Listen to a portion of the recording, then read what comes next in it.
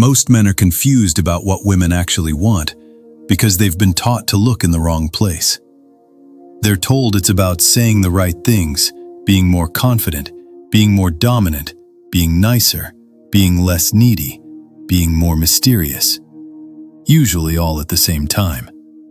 And the result is a generation of men constantly adjusting themselves, second-guessing their behavior, and trying to reverse engineer attraction like it's a formula they just haven't cracked yet. But here's the uncomfortable truth. Women don't respond to strategies the way men think they do. They respond to who you are being, not what you are trying to do. And most men never stop to ask themselves whether the version of them showing up is actually grounded, stable, and self-directed, or just reactive and approval-seeking in disguise. This is why you'll see men who say all the right things still get ignored. Why some men who barely explain themselves seem to command attention without effort.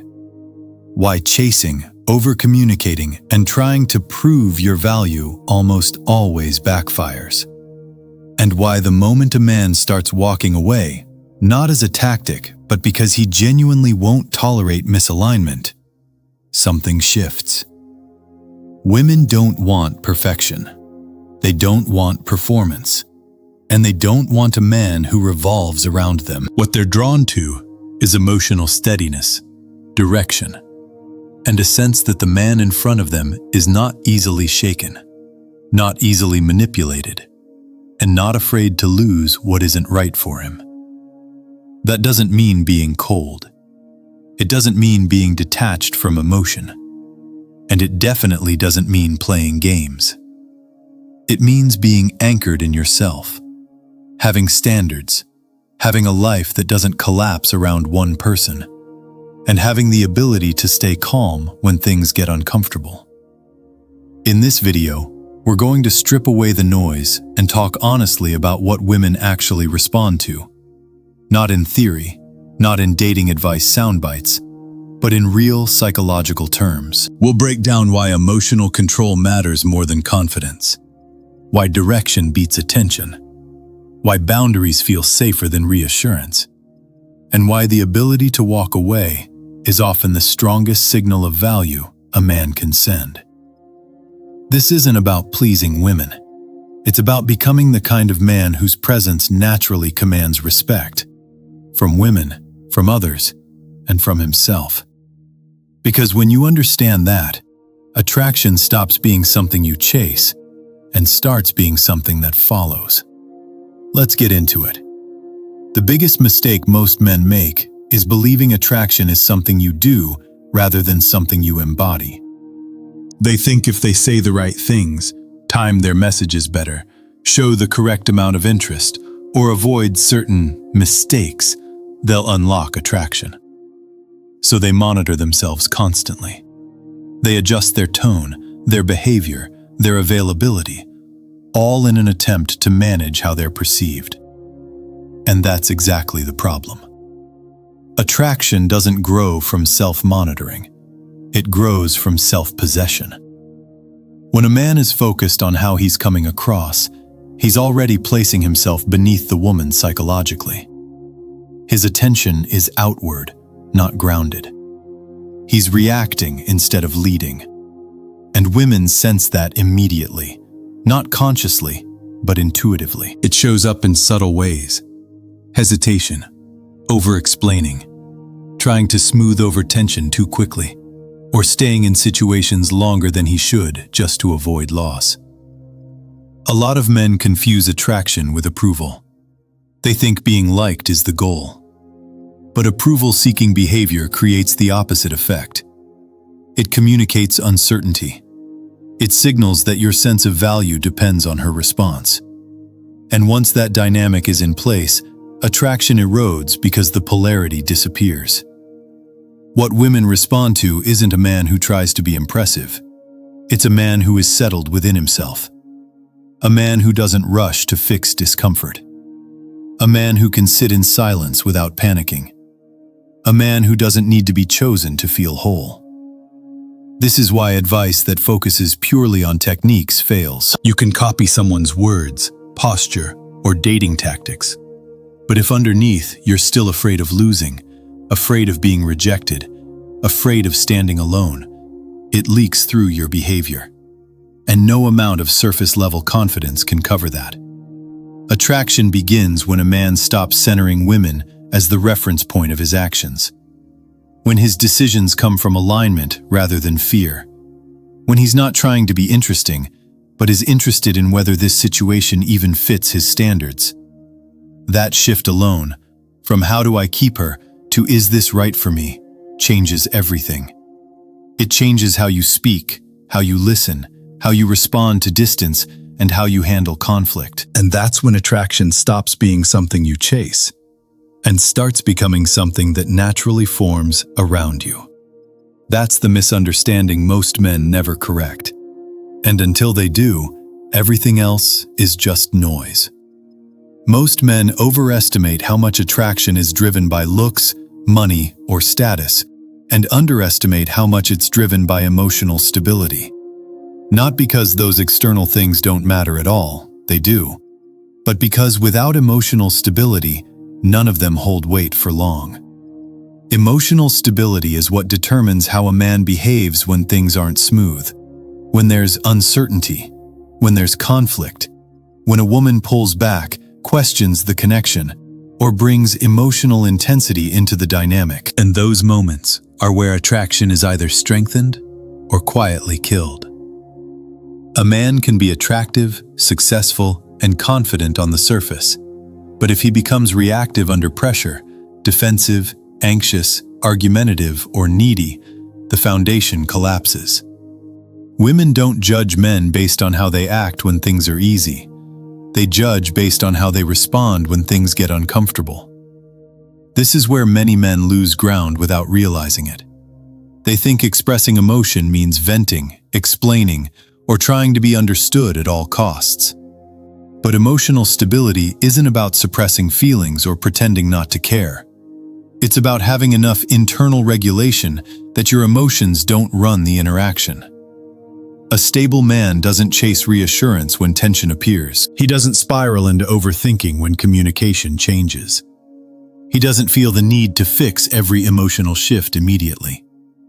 He allows space without interpreting it as rejection, and he addresses issues without turning them into power struggles. From a psychological perspective, emotional stability signals safety. Not safety as in comfort or predictability, but safety as in containment. It tells a woman, this man can hold his ground. He won't collapse if things get real.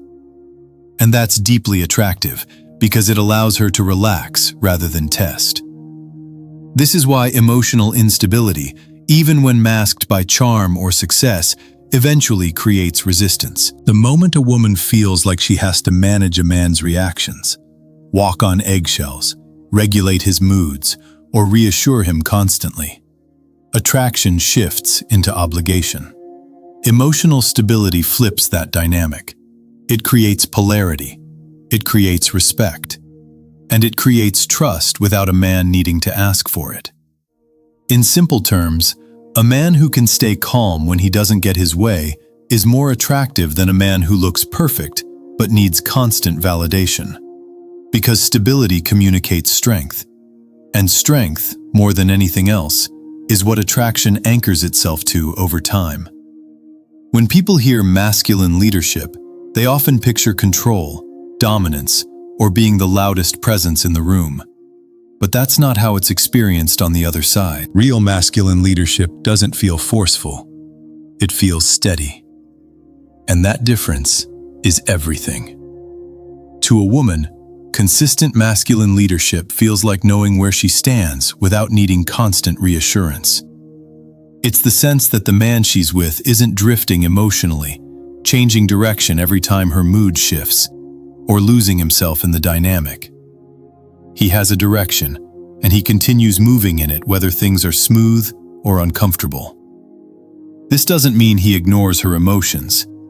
It means he doesn't become ruled by them. A man who leads himself first doesn't ask, "What should I do to keep her?" He asks, "What's the right response here based on my values?" That internal compass is what women feel as leadership. It shows up in how he handles disagreement, how he sets the pace of the connection, and how he responds when she tests, pulls back, or expresses doubt. And those tests aren't always conscious. Often, they're instinctive. A woman may push emotionally, question the relationship, or create tension. Not to sabotage things, but to see if the man in front of her stays grounded or collapses into reaction. Leadership in those moments looks like calm presence, not over-explaining, not arguing, not rushing to fix the discomfort just to restore peace. What women experience as attractive leadership is the ability to hold the frame, to stay consistent when emotions fluctuate, to be firm without being harsh, to be open without being uncontained. This is why inconsistency kills attraction faster than almost anything else. A man who one day is confident and the next day is anxious, apologetic, or withdrawn creates confusion, and confusion erodes trust. Leadership is consistency over time, not intensity in moments. From a psychological standpoint, this kind of leadership creates polarity. It allows a woman to express emotion without feeling like she has to manage the man's response. She can be uncertain without destabilizing the connection. She can relax into the dynamic because there's something solid to lean against. That's what masculine leadership actually feels like. Not control, not performance, but quiet direction. And when a man embodies that, attraction becomes less about effort and more about alignment. Attraction doesn't survive without boundaries, but not the kind most men think of. Not rules, ultimatums, or threats. Real boundaries are quiet. They're enforced through behavior, not speeches. And women feel them long before they're ever explained. A man with self-respect doesn't argue endlessly about how he should be treated. He doesn't negotiate basic decency. And he doesn't stay in situations that consistently drain him just because he's emotionally invested. His boundaries aren't reactive. They're built into how he moves. This is where many men go wrong. They believe setting boundaries means standing up for yourself in the moment. In reality, the most powerful boundary is direction. It's what you continue to move toward, regardless of who's trying to pull you off course. When a man has direction in his work, his values, his routines, his long-term goals, everything else falls into place. His time becomes selective. His energy becomes valuable. And his presence carries weight because it isn't easily accessed or easily manipulated. Women respond strongly to this because direction creates gravity. It shows that your life doesn't orbit around the relationship. The relationship exists within a larger, meaningful structure. That structure is what keeps a man from over-investing too early, over-explaining during conflict, or abandoning himself to keep someone close. Self-respect, in practice, is choosing alignment over attachment. It's being willing to disappoint someone rather than betray yourself. It's understanding that walking away from what doesn't fit is not a loss. It's reinforcement of your standards. And here's the part most men don't want to hear. Boundaries only work when you're willing to enforce them.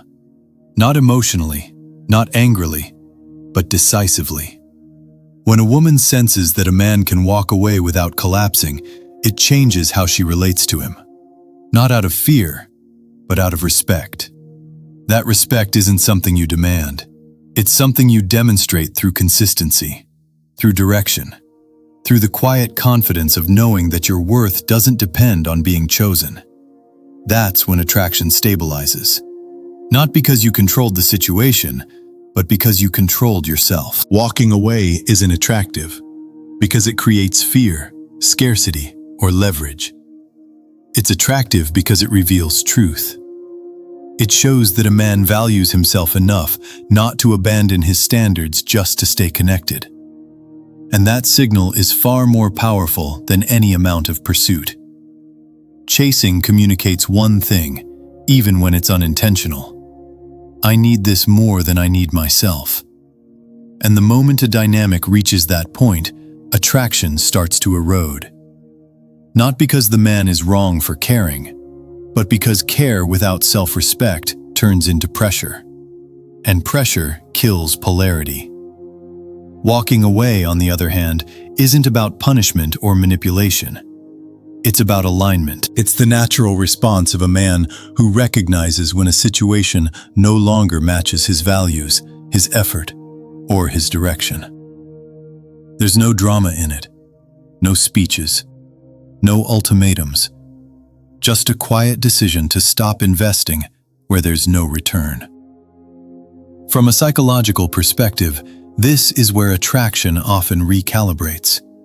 When a man removes himself calmly, without bitterness or explanation, it forces a woman to confront the reality of his absence, not the version of him who was chasing, reassuring, or overgiving, but the version who chose himself.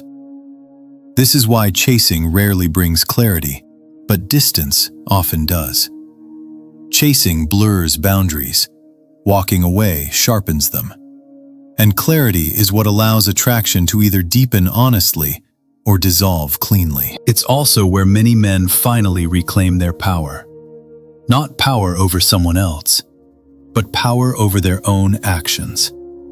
They stop negotiating their worth. They stop explaining themselves into exhaustion. They stop mistaking emotional intensity for connection. Walking away doesn't guarantee someone will come back. And that's the point. The man who can walk away has already won, because he's no longer operating from fear of loss. He's operating from self-respect. And that, more than anything else discussed in this video, is what women actually respond to. Not the chase, not the performance, but the quiet strength of a man who knows when to stay and when to leave, without losing himself either way. If there's one thing to take from this, it's this. Attraction isn't something you force, perform, or chase into existence. It's the byproduct of a man who's emotionally steady, self-directed, and unwilling to abandon himself just to be chosen. When you stop reacting to everything, stop negotiating your worth, and start moving with clarity, dynamics change. Not because you tried to control them, but because you controlled yourself. This isn't about winning women. It's about winning back your center. When you build a life with direction, enforce quiet boundaries, and stay calm under pressure, respect follows naturally, from women, from others, and from you. If this resonated, let me know in the comments what part hit closest to home. Like the video if it helped you see things more clearly. And subscribe if you want more long-form breakdowns like this. Practical, grounded, and built to help you move forward without losing yourself.